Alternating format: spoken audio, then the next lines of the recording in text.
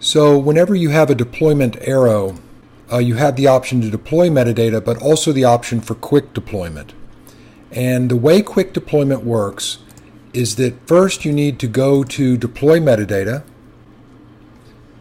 and be sure that you're running Apex tests, and you'll want to select all tests, and you do a validating deployment. In other words, check for errors without making changes and choose deploy metadata. And we see that that was successful.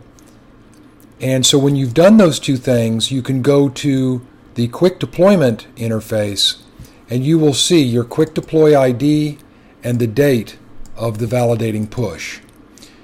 So this really lets you push metadata to a production account without having to test the Apex code coverage again.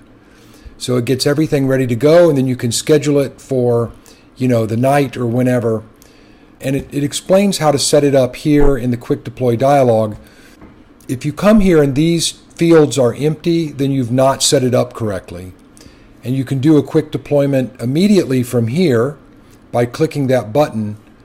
But a more likely scenario is that you'll set up a quick deployment to be a one-time event, at some future date, and then you can do a quick deployment and send out, and after that you can send out the results in an email, so on and so forth.